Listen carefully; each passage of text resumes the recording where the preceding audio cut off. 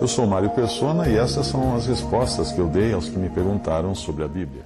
Você escreveu dizendo que tem algo dentro de você que precisa ser confessado ao Senhor, mas que você não tem certeza do que seja exatamente esse algo que você acha que tem que confessar. Você disse já ter confessado todos os pecados da sua memória e que admite a sua condição ruim diante de Deus, mas se acha incapaz de verbalizar de forma clara isso que falta confessar. O que fazer então numa situação dessas? Bom, muitos de nós trazem o costume católico de se confessar para um padre por meio daquela janelinha treliçada, né, no confessionário. E a coisa era tão automática que quando eu era garoto e também adolescente, eu já chegava no confessionário com o meu discurso pronto e com a lista dos pecados usuais, devidamente diluídos e açucarados, para não me comprometer, para não ficar com vergonha na frente do padre.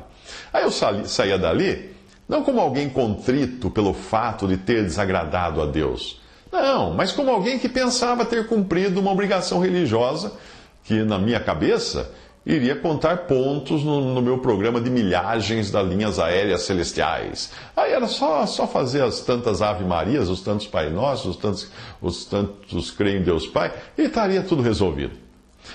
Se fôssemos perdoados apenas pelos pecados que nós confessamos, nós estaríamos perdidos. Porque nem sempre nós nos lembramos de todos os nossos pecados. Algo que hoje de manhã pode ter afligido a minha alma por eu saber que desagradei a Deus, na próxima vez que eu for orar, aquilo pode ter se escondido atrás de algum neurônio no meu cérebro e eu nem me lembrar mais. E tem um ponto que é importante também incluir aqui. Você sabia que um salvo por Cristo não pede perdão a Deus por seus pecados? Não, depois de salvo, não. Ele pediu perdão quando se converteu, isso mesmo. O crente em Cristo pediu perdão no dia em que se converteu e recebeu o perdão de todos os seus pecados, passados, presentes e futuros, porque o poder do sangue de Cristo é atemporal. Ele não limpou apenas os pecados que você cometeu até o dia da sua conversão, mesmo porque você nem existia quando aquele sangue precioso foi derramado. Cristo levou ali na cruz, sobre ele, os pecados de todos os que no passado antes de Cristo, no presente daquele dia de Cristo e que depois viriam a existir, todos os que creram que Deus enviaria um cordeiro inocente para pagar pelo culpado, isso do passado antes de Cristo, e também que Cristo levou os pecados de todos os que depois creriam nele, que isso já como tendo acontecido, como é o nosso caso, e nós cremos hoje numa cruz no particípio passado. Então é como se os antigos crescem num sacrifício futuro e nós cremos num sacrifício passado. Mas é um sacrifício só, o mesmo que com o sangue de Cristo purifica os pecados de todos os pecadores. Os pecadores salvos por Cristo, os que creem em Jesus como Salvador. Se você está surpreso com a minha afirmação de que o crente não deve pedir perdão dos seus pecados depois de ter se convertido, experimente procurar então, em algum lugar, a partir de Atos dos Apóstolos, algum salvo por Cristo pedindo perdão a Deus ou sendo instruído pelas epístolas dos apóstolos a pedir perdão a Deus pelos seus pecados. O que nós temos, isso sim, é a instrução para confessarmos os nossos pecados. Isso é diferente. Veja a passagem. E essa é a mensagem que dele ouvimos e vos anunciamos, que Deus é luz e não há nele trevas nenhumas. Se dissermos que temos comunhão com ele e andarmos em trevas, mentimos e não praticamos a verdade. Mas se andarmos na luz como ele na luz está, temos comunhão uns com os outros e o sangue de Jesus Cristo, seu Filho, nos purifica de todo o pecado. Se dissermos que não temos pecado, enganamo-nos a nós mesmos e não há verdade em nós. Se confessarmos os nossos pecados, ele é fiel e justo para nos perdoar os pecados e nos purificar de toda injustiça. Se dissermos que não temos pecado, fazemos mentiroso, e a sua palavra não está em nós. Meus filhinhos, estas coisas vos escrevo para que não pequeis. E se alguém pecar, temos um advogado para com o Pai, Jesus Cristo, o justo. Ele é a propiciação pelos nossos pecados, e não somente pelos nossos, mas também pelos de todo o mundo. 1 João, capítulo 1, versículo 5 ao 10, e capítulo 2, versículo 1 ao 2. Algumas religiões, principalmente de doutrina pentecostal, não dão ao crente a certeza da sua salvação eterna. E por isso os seus seguidores vivem em constante angústia, sem saber se foram devidamente perdoados ou não.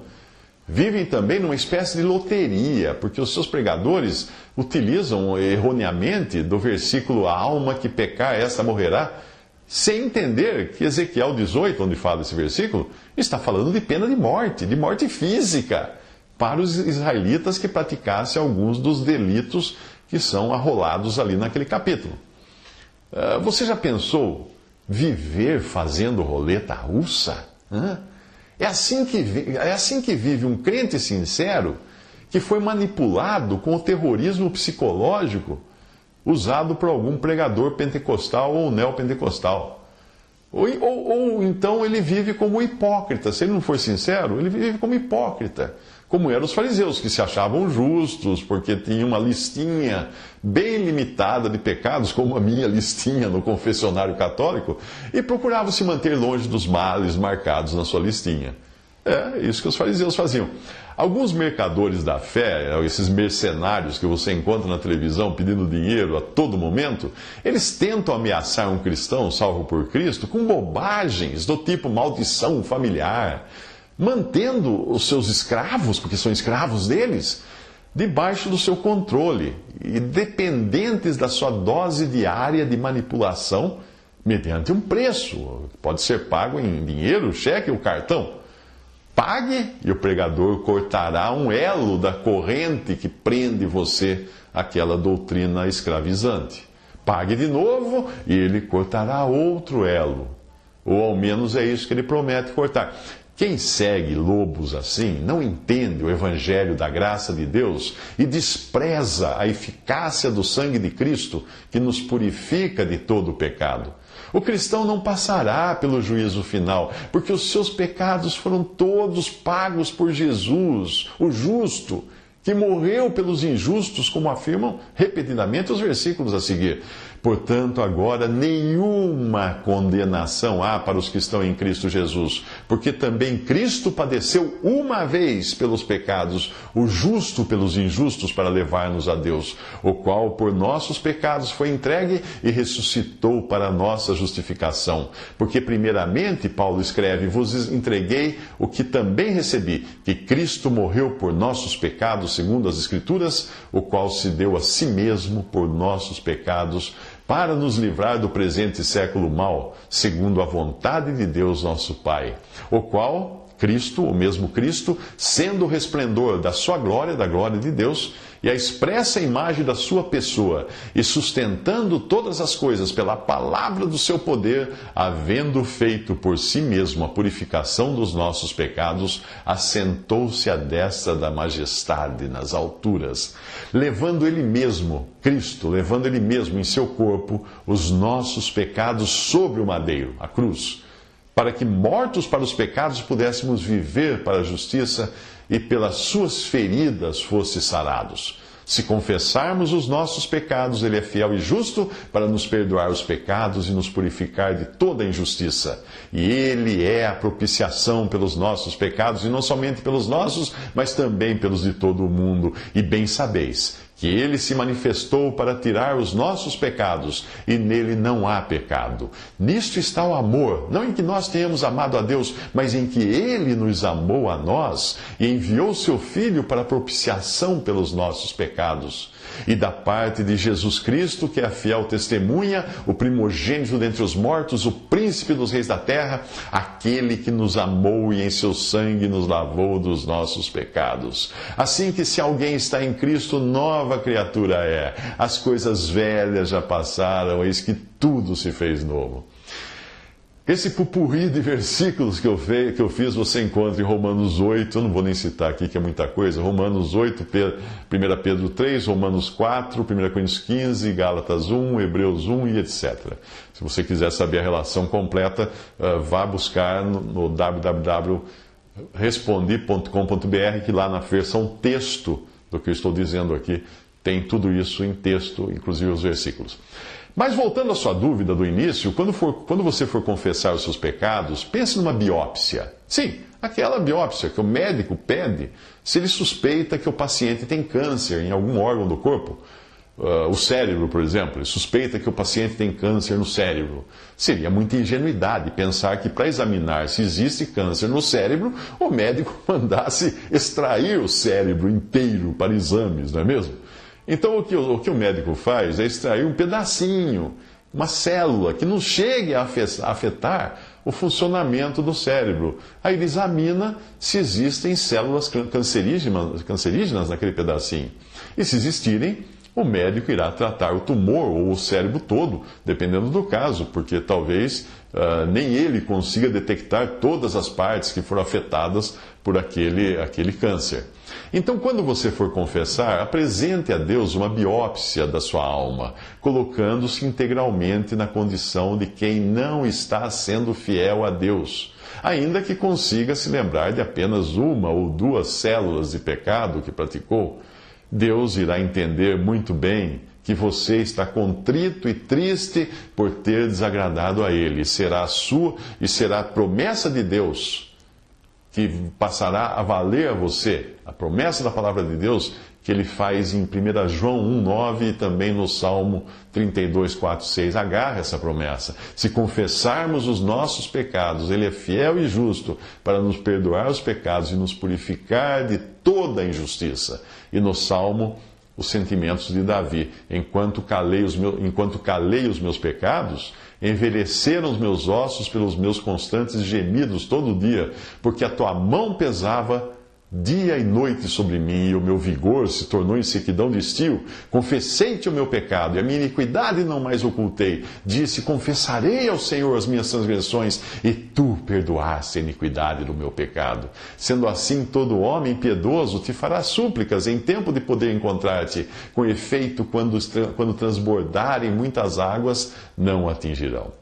Então faça assim, lembrando que o Espírito Santo ajuda as nossas fraquezas, porque não sabemos o que havemos de pedir como convém, mas o mesmo Espírito intercede por nós com gemidos inexprimíveis. E aquele que examina os corações sabe qual é a intenção do Espírito. E é Ele que, segundo Deus, intercede pelos santos. Romanos 8, 26 a 27.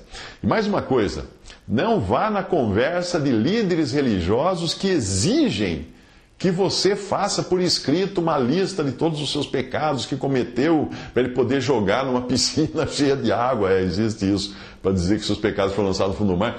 E nem mesmo uma lista dos seus pecados, que cometeu por toda a sua vida, para entregar para algum líder religioso, porque fazer isso é dar a ele um documento assinado, para ele poder fazer chantagem contra você, quando ele bem entender. Percebeu? Nós devemos confessar aos nossos irmãos, não publicamente, mas reservadamente, quando tivermos pecados graves, que desonram a pessoa de Cristo, o nome de Cristo, e fazer isso a irmãos responsáveis.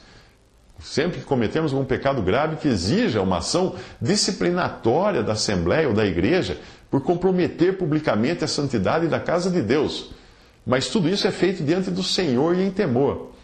Quanto às faltas de todos os dias, aí basta nós apresentarmos ao Senhor, né? Não vamos toda hora, a cada 2 minutos, ligar para o irmão e falar, irmão, puxa, tive um mau pensamento. Então tá bom, sim, 1 minuto depois, irmão, tive outro mau pensamento. Pensa bem, né? Não, um pecado grave que desonra o nome de Cristo publicamente. Quanto às faltas de todos os dias, apresentamos ao Senhor, já que elas não contaminam o testemunho como um todo e os irmãos com os quais nós temos comunhão. Visite respondi.com.br. Visite 3minutos.net.